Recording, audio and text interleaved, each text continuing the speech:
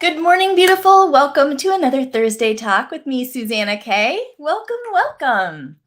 All right. Well, today we are talking about an organizing myth that I hear all the time, and it's just amazing how many people still run by this one. And I want to bust this one for you today. This is our paper organizing myth that scheduling your paper organizing into projects in order to make project progress is the best way to do things. So let's talk about this and let's get down to the real science behind why this might be a myth and not truly a fact. So as you hop on, let me know who you are and where you're joining me from. I see we already have Joyce is here. Hi, Joyce. And we have Mary. Thank you, Mary. I'm glad to be back too. And we have Mary H. and Alice and Maggie. Hello. Good morning. Love to have you all here. All right, so like I mentioned today, we are busting the myth about large paper projects, and it will also tie in with how to make your decisions with papers so much easier. And this is the only way to really make decisions with papers easier. So I'm excited to dive in with you on this. Now we will cover the basics during this public session, and then with my Path members, remember at noon today, we are going to go deeper and talk even more about how to apply this to our papers and our decisions. So, the organizing myth. Basically, people seem to think that it takes a long time, like a long chunk of time, and it needs to be one full project that you're working on consistently in order to get your papers organized. So, let's look at the two different ways to organize your papers, the project-based way and I call it small steps. You hear me talk about that a lot, but basically it is pieces of a project spread out over a longer period of time. And how to implement this, we'll talk a little bit about here, more about that during our Path member session, but we will talk a bit about the science of it and the mindset that goes along with this. All right, so let's look at project-based organizing.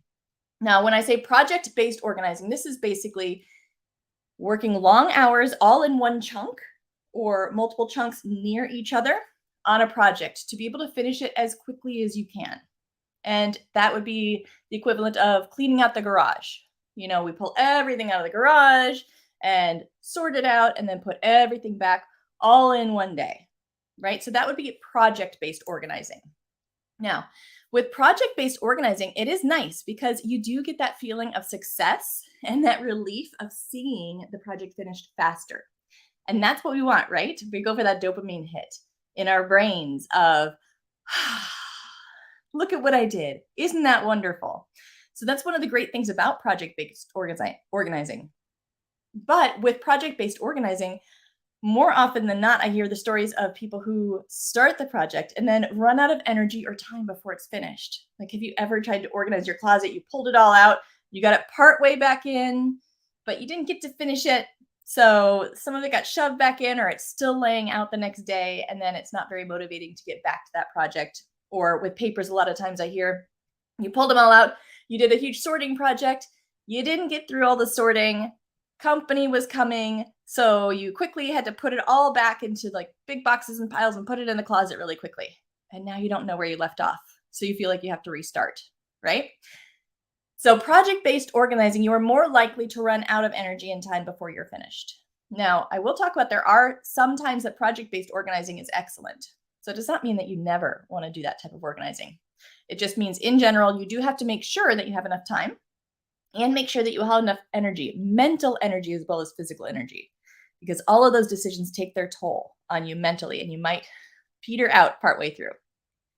It's also harder for us to find a larger chunk of time in our schedules, right? I don't know about you, but when I look at my calendar, it is a lot easier for me to find 15 minutes every day of the week than it is for me to find 1 hour on one day of the week that I can dedicate to something that's not, in my mind, maybe super urgent. So like an organizing project, right? So if I took 15 minutes a day, well, if you add that up over 7 days, that's an hour and 45 minutes versus waiting until I had a week where I had an hour. So it's harder to find a large period of time in your schedule.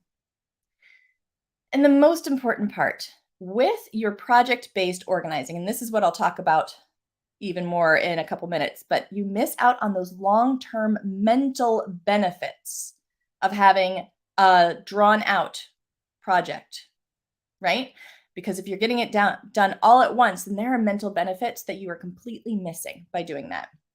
And when you miss those mental benefits, it is much more likely that your project will fall back into a disorganized state. So an example would be, maybe you took a whole day and you sorted through all of your papers, got them all in just the right places. Everything looks beautiful in your home office. Everything's filed where it needs to be. But after that, when new papers come in, the problem starts again.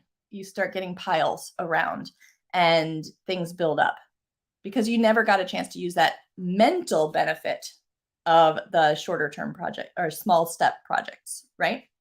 So when you work on it all in one chunk, you miss out on the benefits of those mental shifts that can happen. Now, like I mentioned though, there are times where a project-based organizing method works well. This would be if you don't have any problems keeping things up once they're organized. If you're naturally an organized person and maybe something just happened where you had a new baby and things have finally settled down and you have care for the baby, you have your time back, and you've always been organized, then you can get things back organized again and get back to basics and keep doing what you were doing because you never had a problem before keeping it organized. You don't need that mental benefit so much, right? Or an example could be maybe it is a one-time project or something urgent, right? Where you have to get it done, urgent. You have to get it done in a limited amount of time. Totally fair. Nothing we can do about that. If it is a one-time project, maybe it is one time where you are ever going to have to put together some paper project. So you don't necessarily need to build those mental muscles around it because you won't be doing it again. Now, another example would be like the Spark Life Binder or the emergency medical folder, right? Those are best not done as a one-time project because those are folders, and let me show you real quick.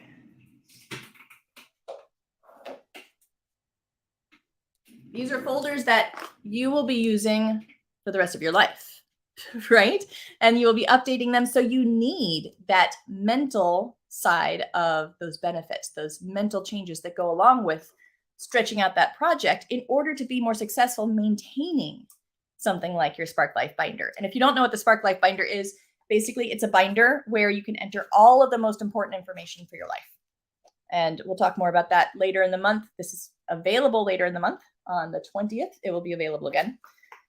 But this is something, since it holds all the most important information of your life, so you and your loved ones can get what they need when they need it and know everything that's going on, everything that's important, and grab and go if you have to, then this is something that you will always need to have maintained. So a project like your Spark Life Binder, you definitely don't want to make that into a project-based organizing. You don't want to use project-based organizing with it. What you want to do with that is you want to spread it out over time because we're going to build up our mental muscles, and we're going to talk about that in just a second. So really quickly, tell me in the comments before we talk about the small steps, and then we will talk a bit about the science behind that, like why it is and how we can use that to our advantage.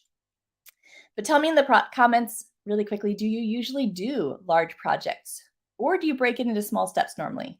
What is your MO these days? And I would love to hear that from you. And really quickly, I want to say hi to Brenda. Hello, Brenda. We got Sherry is here. Welcome, Sherry. And Denise, she says, I'm here. Phew. I'm glad that you're here too, Denise. And Imo says, so true. I hope I said your name right. Let me know if I didn't. I always want to say names right. But she says, so true. I love it. I love it. All right. So we talked about the large projects, right? Let's talk about what it would look like if you broke the larger project down into smaller steps and did those smaller steps over time. So when I talk about repetitive small steps organizing, I'm talking about taking a larger project. We'll work, because this is right next to me. We'll use this as an example. A larger project such as the Spark Life Binder. And instead of trying to dedicate a whole day where you sit down, you open up the binder, and you answer all the questions in the binder, fill in all the fillable fields so it's all completed and everybody has their information. Well, yes, that's nice because you have it completed sooner. The problem is it's not going to work as well for you mentally. So, an alternative way to do it is to break it down into small steps. So, this is a large project, right? It's not really that large of a project, but this is one project, filling in your Spark Life binder, correct? Within that, you could break it down into filling in one section once a week. You could break it down into every day. Maybe you just complete one line, or maybe you complete just one small box on a page or one page. So you can slowly work your way through the project over time. It's not all being done in one day. You're not dedicating more than 10 or 15 minutes to it in a day. So let's talk about why you would want to do that, because it sounds counterintuitive. It sounds like you're just going to slow things down and be frustrated, right? There is a little bit of that going on, I won't lie. But when you do the small parts of a larger project broken out over a longer time period, it does take longer to reach the finish line. That is one of the downsides of stretching it out. It's also harder to see your progress. So you do need to find ways to acknowledge your progress as you go. And one of the ways you can do that, similar to the Spark Life binder, maybe every time you complete a section, one of the divider sections, maybe every time you complete one, you acknowledge the fact, I am one closer, and there are only 9. So there's not that many. So you're one closer to the finish line. So you do have to find ways to track your progress because you won't see the progress in as large of an impactful way.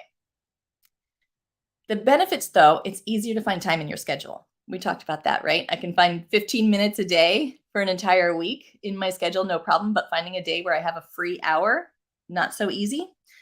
So it's easier to find time in your schedule if you're looking for 10 or 15 minutes a day and you're not putting off working on it, right? Also, you won't run out of energy partway through one of the steps. It's only 10 to 15 minutes. Your mental capacity is there. You have the physical energy, you have the mental energy, you can make it through the step. So you're not going to have to stop and restart unexpectedly and lose your place in it. But it's also the best way to make sure that your organization lasts. I talked about the large projects. If you don't already have that firm foundation where it was running smoothly before, then it's probably going to collapse and become exactly like the example of having all of your papers cleaned up. In one day, you organized all the papers in your entire office. It looks beautiful, but then after that, the paper piles start to pile up. That's because you never changed the way you were thinking about the papers when they came in, right? So if you don't change the way that you're thinking about them, then you're not going to change the actions that you take with them, which is usually delayed decisions, right? Or fear. There's some fear tied to putting a paper in the correct file, or you're not sure where delayed decisions is. You're not sure which file to put it in. Where's the best place to put this? So I'll save it for later. That's the delayed decision. Out of sight, out of mind, people have a hard time with filing things.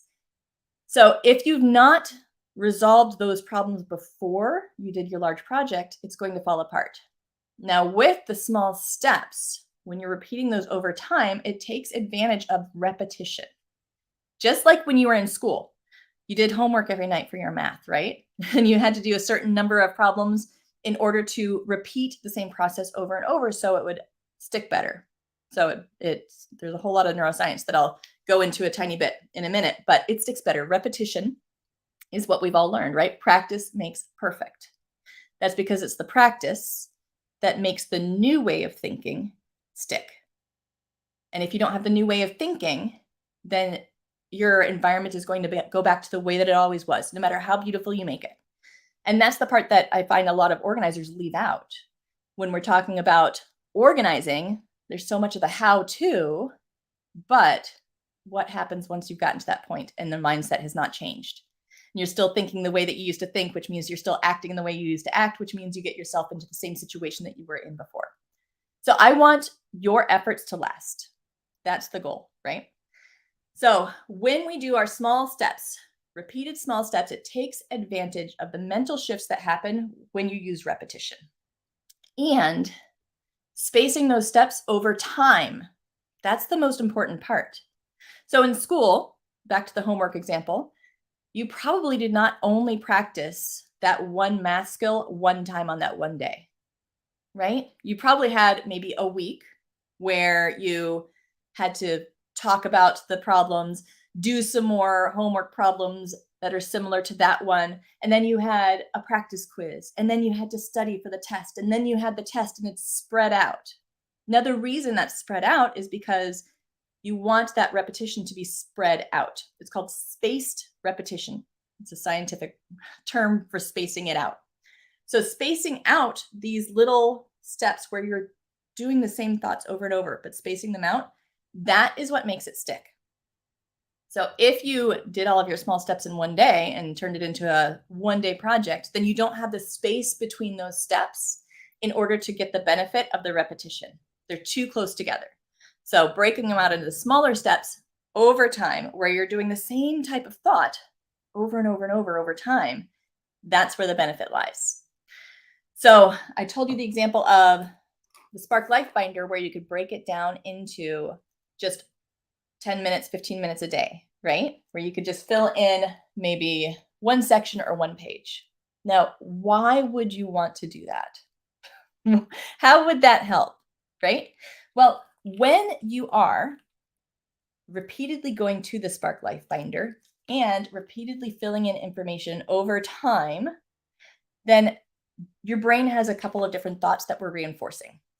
So let's go through some of these thoughts. Thought number one, it reminds you that you have a Spark Life Binder, right? It reminds you that this is a reference and it keeps it top of mind.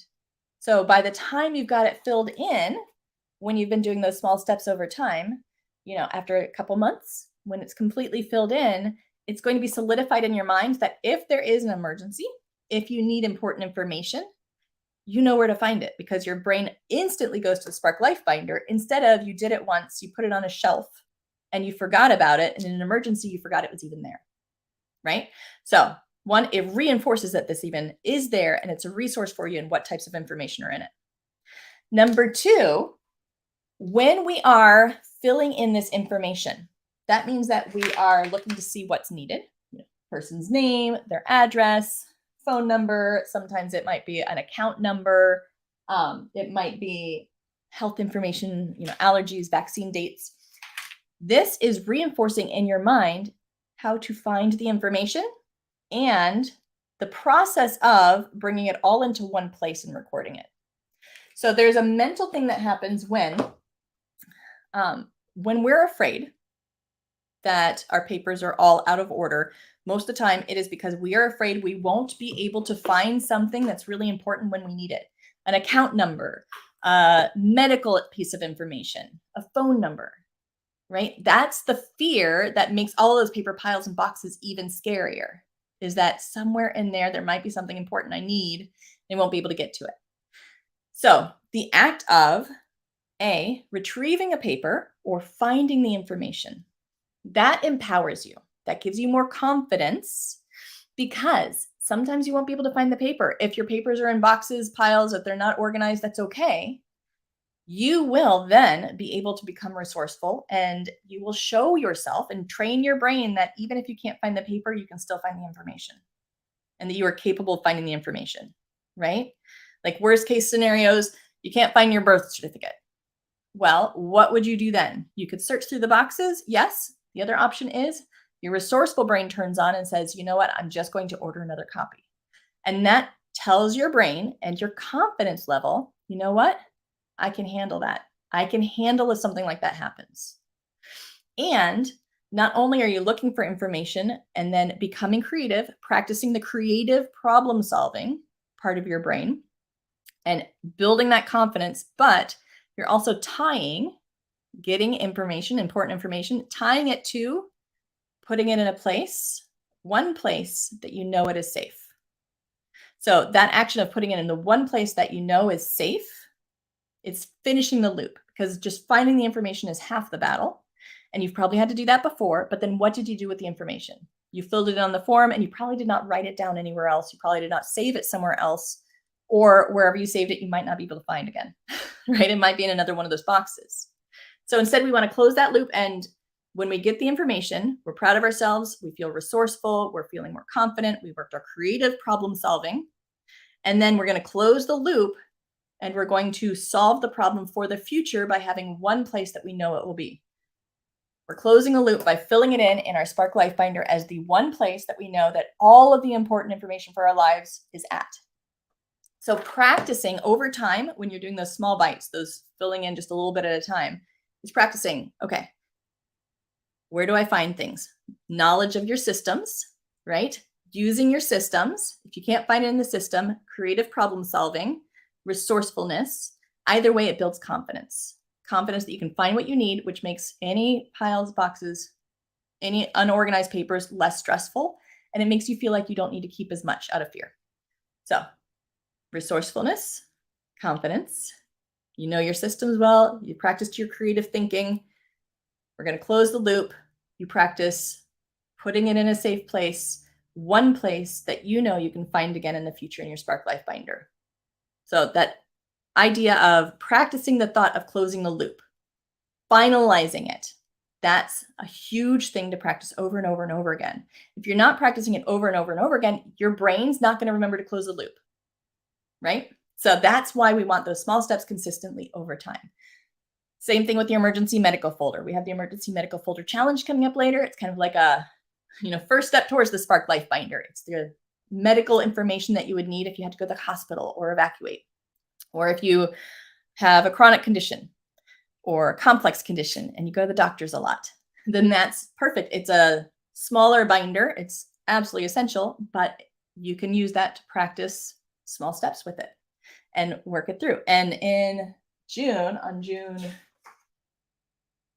24th, June 24th, we have the emergency medical folder challenge where you can get that packet for free.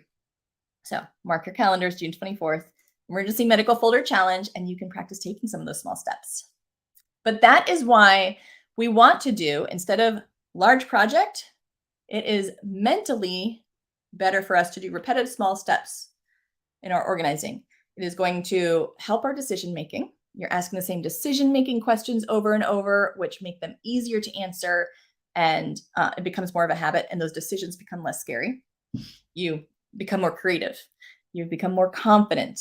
You become more familiar with your systems, right? Because you're doing these repetitive small steps. So that means once you're done, it might take longer to be done, but it's going to last.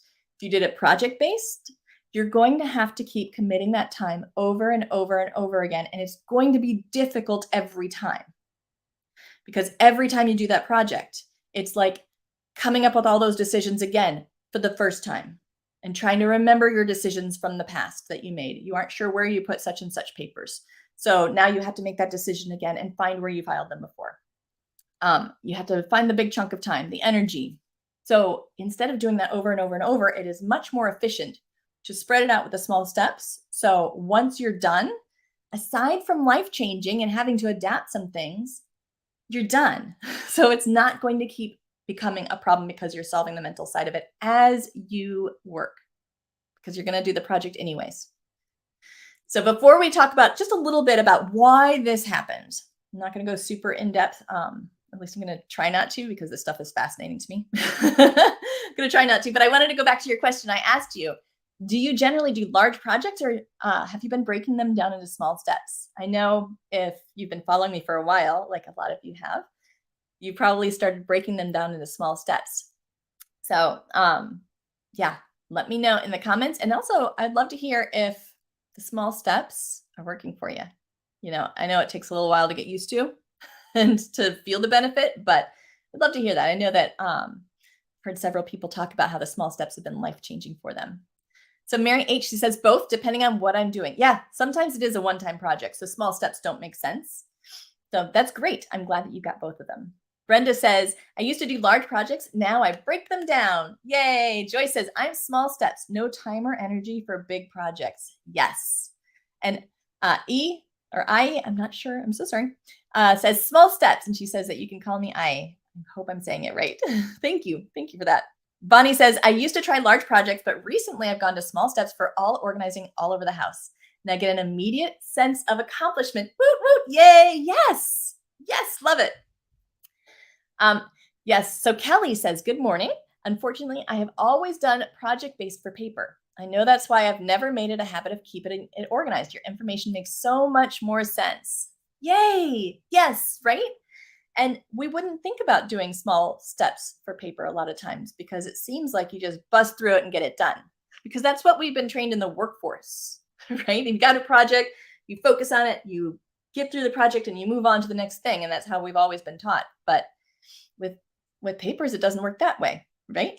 Bonnie says, yes, it will become habit the more I do it each time. Yes, it will. Oh, Lady says, I'm here, but I'm sick today. I'm sorry that you're sick, Lady. I'm so glad that you could join us, though.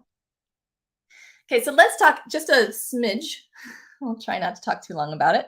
A smidge about the science behind this. What's going on that makes this work the way that it does, right?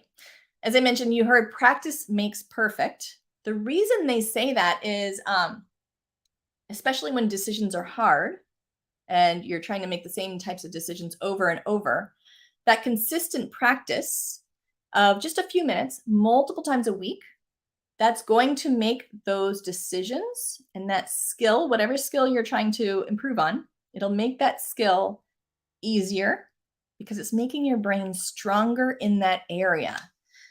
So there's two types of our memory. You probably know this. We've got short-term memory. That's when somebody tells you, you know, one of those login authorization codes, and you go and you enter it into the website to authorize so it'll open up. You put that in your short-term memory. In an hour, you probably won't remember it. You definitely won't remember it in a week or longer. So that's your short-term memory. It's just kind of like temporary storage. And then you've got your long-term memory.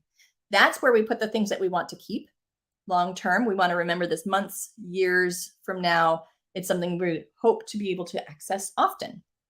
So there are only 3 ways that information gets from your short-term memory when you first hear it into your long-term memory. There's only 3 ways to get there. One way is through urgency. So when you have stress hormones, when there is an absolute emergency, then it creates this huge rush of chemicals.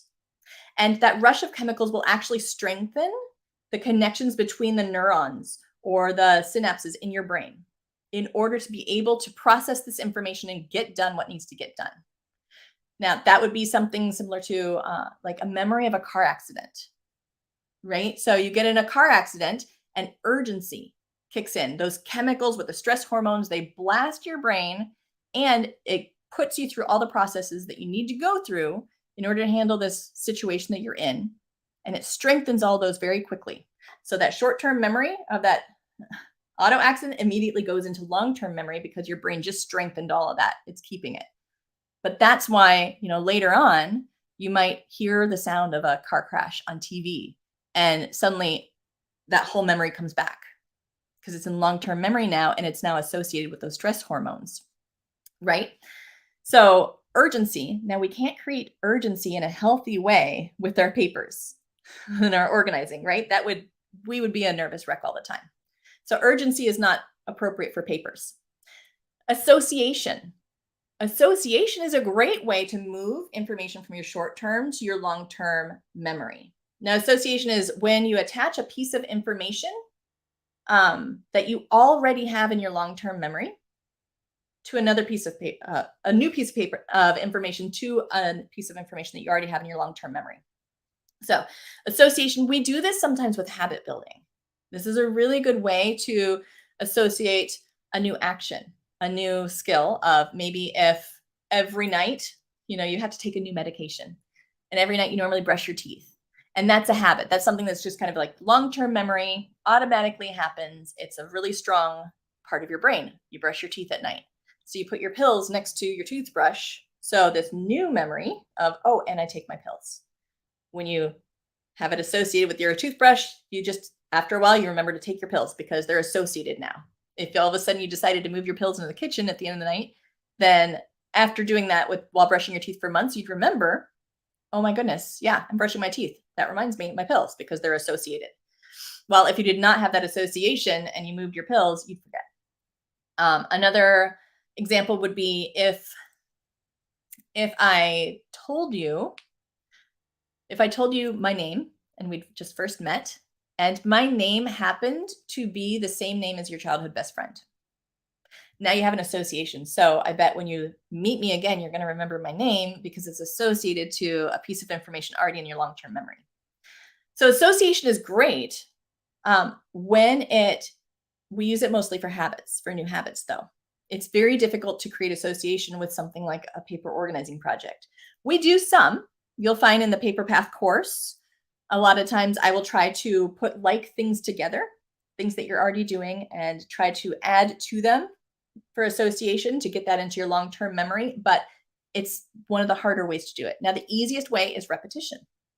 So when you use repetition, and remember this is repetition of the thoughts or actions, that skill repeated over time with space in between. So we're not doing it back to back. We're doing it spread out with space in between. So we practice, we rest, we practice, we rest, we practice, we rest.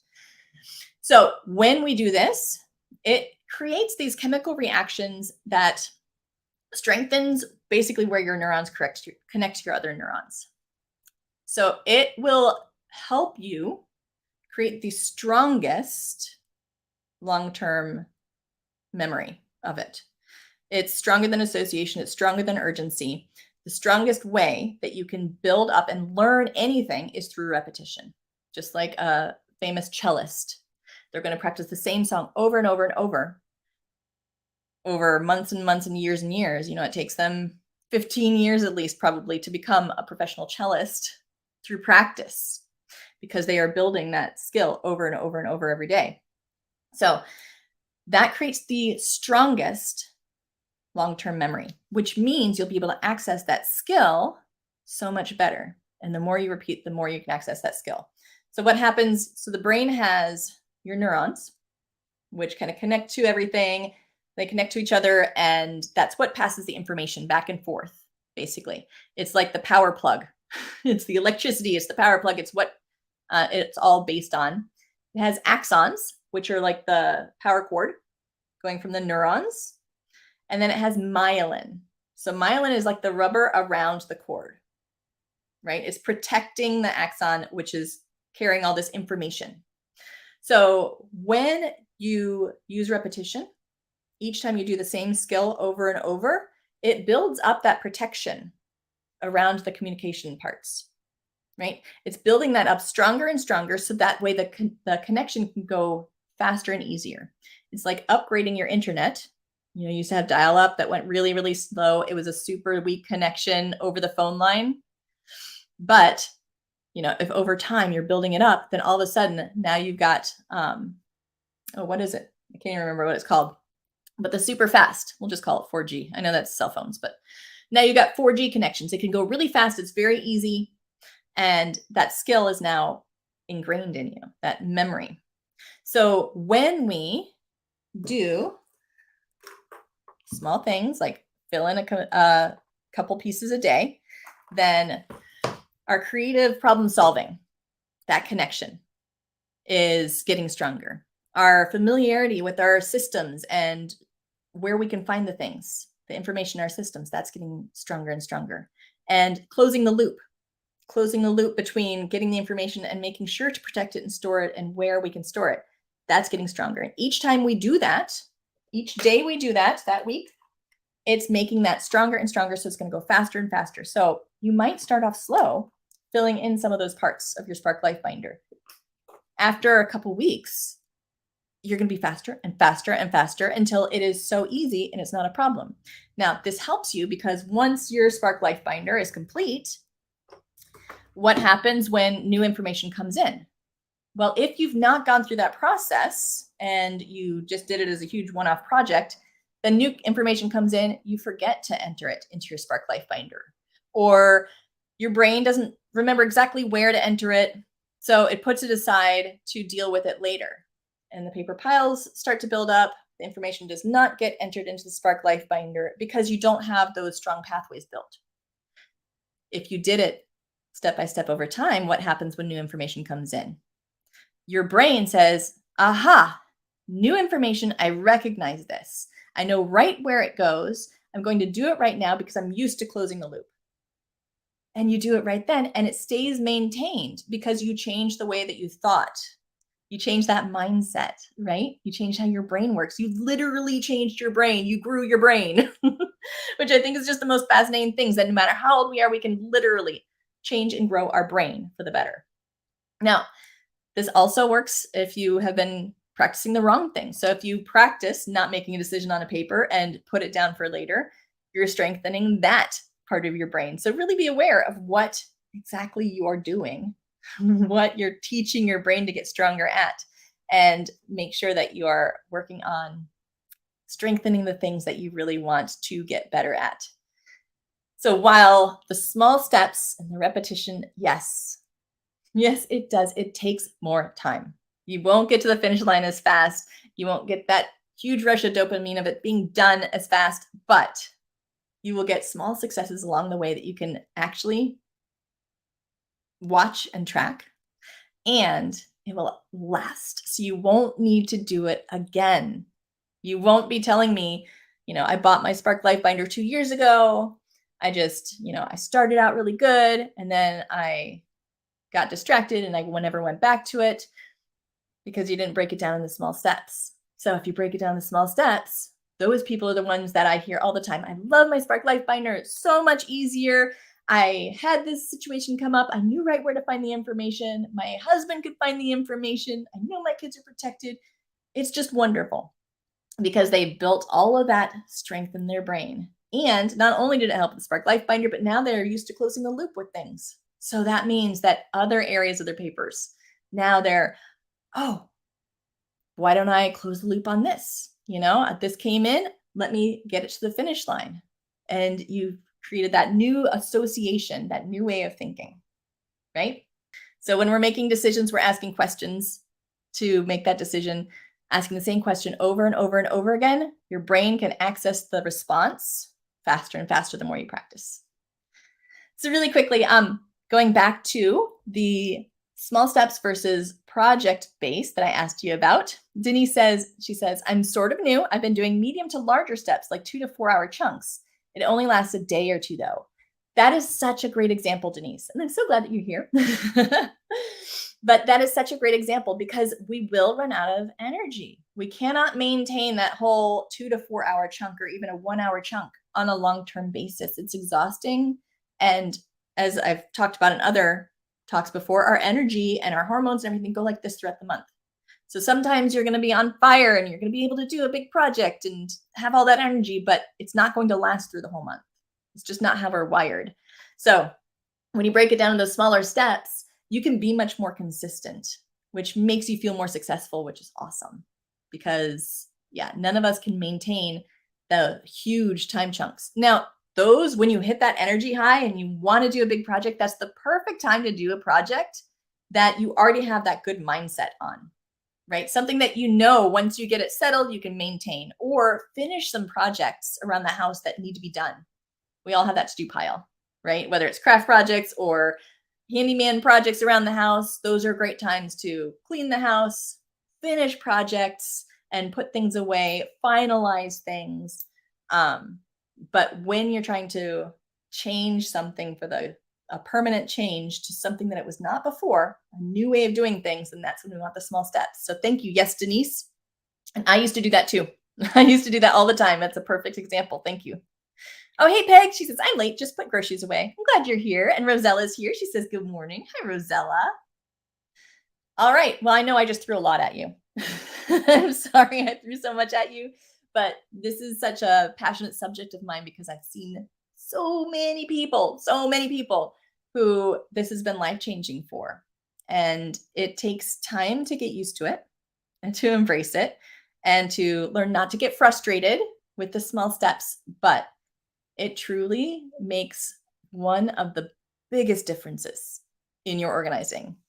And that's why the Paper Path course, when I have the Paper Path course available, that's why I take you through small steps. It's already broken down into small steps for you. So you can organize all the papers in your house, one little step at a time, because I want you to take those little steps. That's why the Spark Life Binder is set up the way that it is. So that way you can even hop around between different parts of the binder. You can do little bits at a time, so you don't have to do it all at once. That's the goal, right? All right, let's do a quick recap of this. So we talked about the organizing myth. It takes a long time to organize your papers, and it needs to be done in full projects that you put on your schedule. You dedicate hours. And sometimes that's true with some projects, but for the most part, project-based organizing, while it gives you that feeling of success faster and you feel like you're done, you do often run out of energy before it's finished. It's harder to find that large period of time in your schedule, and you miss out on the mental benefits of repetition, spreading it out over a long term, which means it is more likely to fall apart. It will most likely fall apart after you've made it nice and beautiful. Over time, you're going to get in exactly the same situation again, and you will have to do it all over again. Versus repetitive small step organizing. This is when you're doing small parts of a larger project over time. So there's space in between when you're doing the steps, so you can practice a skill, rest, practice a skill, and rest. And yes, it does take longer to get to the finish line. It's harder to see your progress on a daily basis, but it's easier to find that time in your schedule. You won't run out of energy partway through. It is the best way to make sure that your organizing lasts. So once you are finished with the project, you don't have to keep redoing it. You're done. It stays that way because it takes advantage of the mental shifts of repetition. This is also what makes decision making so much easier, which is such a huge part of the difficulty of papers, decision making. And spacing it out over time is the most important part. And this could be once a day, a couple times a week, however you want to do your spacing, just add some space in there. And we talked about, and I won't go into it too much, the neurology of small step repetition. Basically, you are building up all of the connections in your brain to make that skill easier. It changes you from dial-up internet to high-speed internet. It's super fast when you build those up, so it's not so hard. It becomes automatic and it becomes super easy. It is the only way, like I mentioned, to make decisions easier, and it reduces your fear, your anxiety, and it boosts your trust in yourself and in your systems. So just remember, repeat your small steps. All of those decisions, thoughts, all of the small steps of doing whatever it is you're doing with your papers as you organize them, repeat them over time. Small steps over time with space in between. That's what makes it stick. It is okay that it goes slowly. We always think, how to do this in 30 minutes or less, and 3 steps to a fantastic new home. Well, that's not how life works. The reality is 100 steps, it's going to take longer, and it's going to last. So it is okay if it goes slow. There is no rush, because it is better to have it last when you're done than to have to keep repeating it. And that's what makes us lose confidence in ourselves and feel like a failure, right? When we had it so beautiful and it fell apart just like it did before. So do something different. It will be something different. All right, that's it. If you have any comments, let me know in the chat area. Path members, remember, we will go a bit deeper into some of the different skills that we can practice this way at noon. We'll talk about some of the different processes that we want to do over and over, and some of the decision-making questions that are good to practice over and over. So that way we can build our brains and have these big, beautiful, amazing, high-speed internet brains when it comes to paper decisions and keeping them neat, right? Coming up, like I mentioned, it's almost June 1st, which is crazy. So in June, you will see the calendar is available on the website at suzannakaye.com. Click on event calendar, and you can see all of the events listed there. We will have the free emergency medical folder challenge. It's only 3 days long this time. So I've shortened it so we can get a lot done in a short amount of time and get you up and running with all of your most important emergency medical information for you and your family, all in one folder. And I'm going to give you the templates for free. And this time there is the ability, you can add on super inexpensively, this one time only, the complex and chronic emergency medical folder add-on. So if you go to the doctor a lot and there's a lot more stuff going on with you, then you have extra pages for it. On June 20th, the Spark Life Binder will be available, and I've got a new bonus, a utility pack. So you can track your bills, your utility information, service provider information, home inventory, manuals and warranties, all of that. That's going to be a pack that will be the bonus when you grab the Spark Life Binder um, between the 20th and I believe the 29th, I think. So when you grab it, that will be the bonus. And we'll have our important papers workshop. We've got so much coming up this month. I'm super excited. So check out the calendar, suzannakaye.com, event calendar, and Path members. I will see you at noon. And remember, Path members, starting next Thursday talk, we will also be on Zoom. So it can be a great chance to check in and we'll have more discussions, live discussions with each other about what we talk about during the public talk and get some of that accountability, get some of the feedback on how we're doing and all the good stuff. So I'm looking forward to it. I love you all. Have a wonderful day, beautiful. Keep doing those small steps because you're making a huge difference in your big, beautiful brain. Bye now.